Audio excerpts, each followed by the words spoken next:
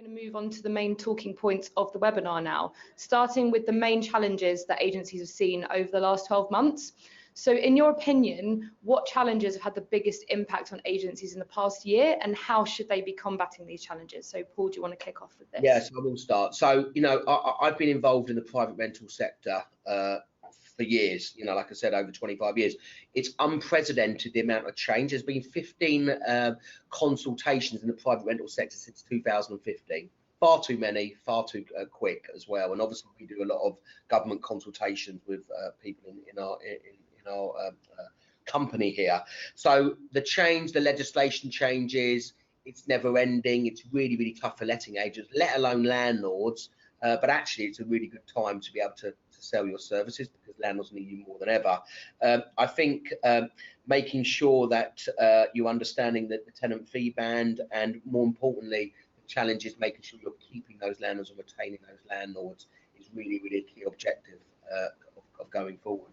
Yeah, I think I would agree with that.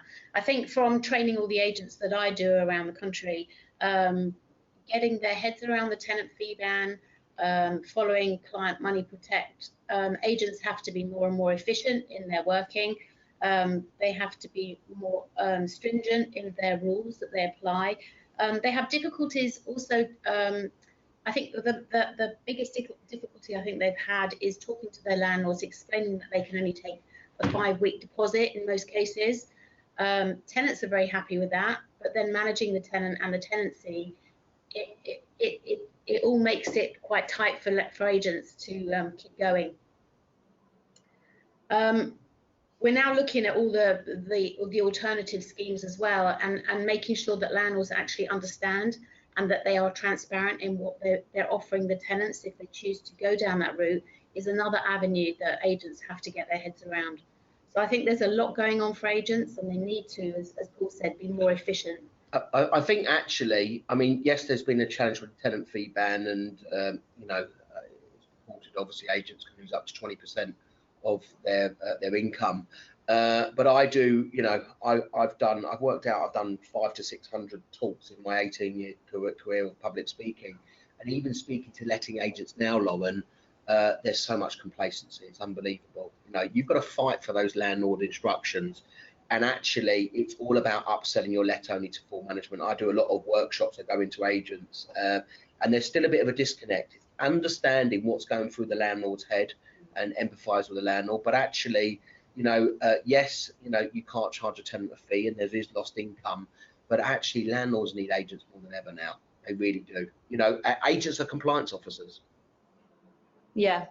Yeah, it's difficult. I think I work with a lot of customers, and obviously landlords are a biggest priority for them. And I think being efficient, but at the same time, having to have more of a conversation is definitely a challenge.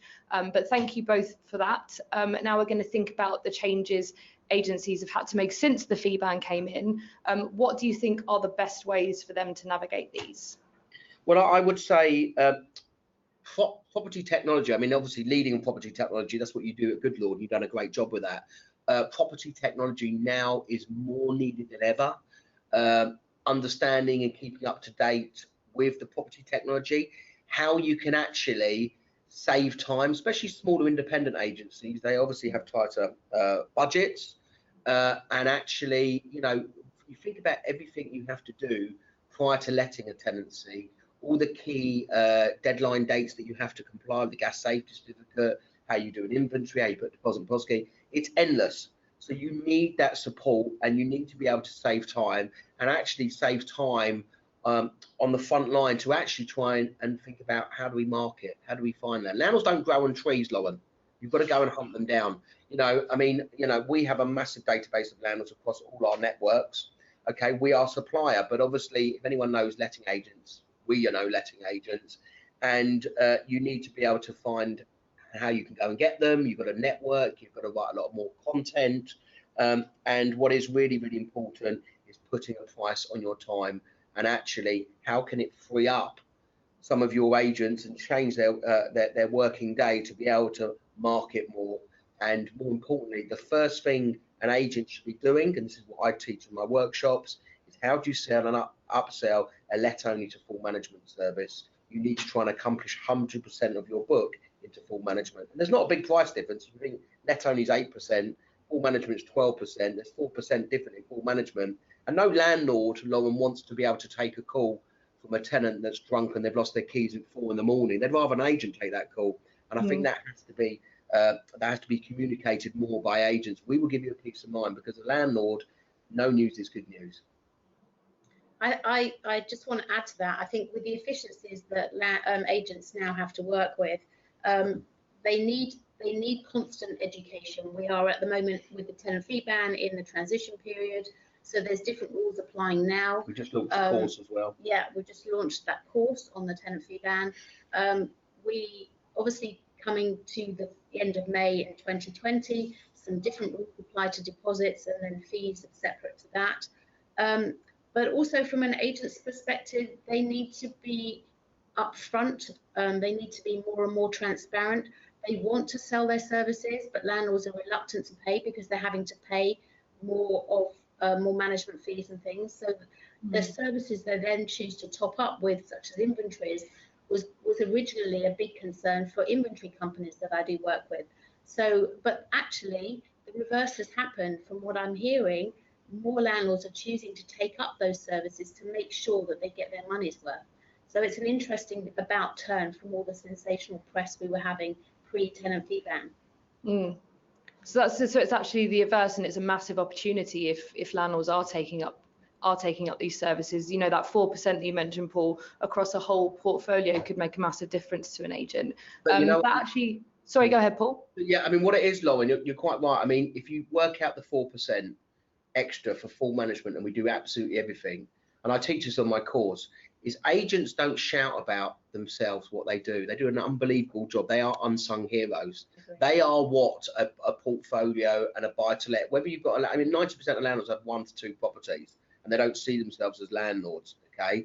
If an agent listed down what they did during the course of full management or 6-month tenancy, we'd be cutting loads of trees down, okay? But they don't actually talk about it and shout about it enough, okay? You're always going to get the landlords that don't want to spend money. We can't come, you know, you can't. But what you have to do, if you've got a landlord that's calling up 20 times a day and he's paying a let-only fee of 7%, you need to be harsh on yourself as an agent and think, you know what? If you want me to carry on doing it, you need full management, or I can't act for you. And you have to be big enough and bold enough to be able to turn work away if it's eating into your time to be able to find other work. Yeah, for sure. That time is very, very valuable. But that actually leads on quite nicely. You've touched on it already to the last question, one of the last questions on this point, which is how are agencies actually overcoming the loss of revenue, kind of in your experience? I think they're working harder in finding new business. They need to look harder. And not being complacent is the key, really, to being very aware of what they need to do, what the rules are, and they need to be listening to webinars and open to education and reading the property press. They need to be upselling things like rent guarantee, for example, is a really good one. I don't know whether, Paul, you've got anything to add to that. Yeah, I mean, look, actually, historically, the majority of agents have been undercharging. So when the tenant fee ban came in, and I know I've got loads of pals that own agencies, I've got a pal that owns 11 offices and manages 4,500 properties. First thing he did, he put his fees up 1%, and actually only lost 2 landlords. And obviously, you didn't have to be the brain of Britain, Lauren, to work out that rents will increase. Okay, They had to increase, and over a course of time, they were going to increase. You know, so rent increases, justifying rent increases, and actually, if you're providing a good service for the landlord, you know, he can offset it against tax. He will pay the extra digit, possibly 2 digits, but you have to justify it. But you've got to explain what you do. I mean, I did a talk last week for an organisation. There were 65 letting agents in the room. And I said to them, I said, how many of you know what your average void period is from taking instruction to renting out your property? Not one person in the room could tell me. As a landlord, and I am a landlord, I want to know if I'm going to go to an agent, it only takes me 6, 7, 8 days. You know, I want to be able to have that peace of mind. So agents don't shout about what they do enough. And I know I've repeated myself, but it's really important. And landlords just want to make sure they've got a really good pre-qualified tenant, which you agents put in, They want to make sure their rent's paid in time. And statistically, a tenant will stay in property longer. It's a fact. I mean, the average time for a tenant to be in a property is 4 years and 1 month, as per the housing survey. So these are facts, and these are things that agents should be shouting about to their landlords, especially if they're new landlords or trying to upsell their full management service. Perfect. Thank you both for that. We've actually got a question that we received from one of our participants on this.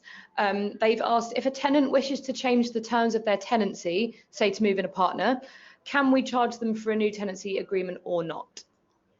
A new tenancy agreement, if you're amending the same tenancy agreement, then the guidance, the tenant fee ban guidance is very clear. You can charge to amend the tenancy agreement. So I'm not quite sure if we're talking about a renewal, a new tenancy agreement, or an amendment to a tenancy. For a change of sharer, I would suggest just an addendum, and you can charge up to £50. That includes VAT, unfortunately. It does include VAT, but what the guidance said, it has to be reasonable. So if it is just a question of just crossing out a name and adding another one in, you have to question whether that is a reasonable fee. I suggest that agents will probably charge the maximum. Yeah, I mean, on that point, with my property redress screen hat on the advisory council, so we have 13,000 members, as you know, a quarter of our complaints is about management service and poor communication. I mean, communication is a big problem for landlords and tenants about letting agents. As the tenant fee ban has come in on the 1st of June, we're now entering December. We anticipate that come the new year, we're going to start getting complaints about agents and charges with regard to the tenant fee ban. Let me just stop you there. We've already had some holding deposit issues. Right. Okay, so we're looking at cases where landlords are taking holding deposits. They're still saying, agents are taking holding deposits, still saying they're non-refundable. They haven't actually grasped what the legislation is there to do. And we've had to go back to them, and we have managed to resolve them without going down the decision route, because there is still this lack of understanding, this lack of almost head in the sand mentality for some of the smaller agents particularly. And conversely, with some of the larger agents, maybe the education hasn't been clear enough to some of the staff on actually what the rules are. So I spoke to someone yesterday who talked about a particular fee. It was actually a renewal fee, and they were not allowed to charge for it. And the lady had to remind them who she was and which company she worked for, and that they can't charge for it. And this was a reputable agent in the area. Can I just add one thing? I might be a bit controversial. I mean, I am known to be a bit controversial, Lauren. So, and I chat a lot as well. You might have noticed that as well. But one thing that is, from working on a lot of government consultations, and I'm forever engaging with the government, the tenant fee ban came about because the government, and really there was a shift towards tenants when the Deregulation Act came in. I gave evidence and was involved in the retaliation eviction, all that type of stuff. There was a change, but the government said, you know what, tenants have been paying too much rent for too long and they need a better service. Okay, and agents need to be more professional, and we're touching that a little bit later on. But actually, with a tenant fee, there was agents that were taking a lot of advantage on tenants. So what is a tenant fee? An administration fee. It is the drafting of a tenancy agreement and a reference. And some agents were charging £500–600 per applicant. Far too much, and it's expensive. The average rent in London is almost £1,700, and you've got moving costs. And then, of course, you charge the landlord for the same fee. So the government said enough's enough. And I personally think there should have been some sort of a cap. And I know that organisations like David Cox and Arla said the same. And then, of course, it was a big bolt out of the blue when they completely capped it. So I understand why something was done, because they thought tenants were paying too much money. Great, thanks.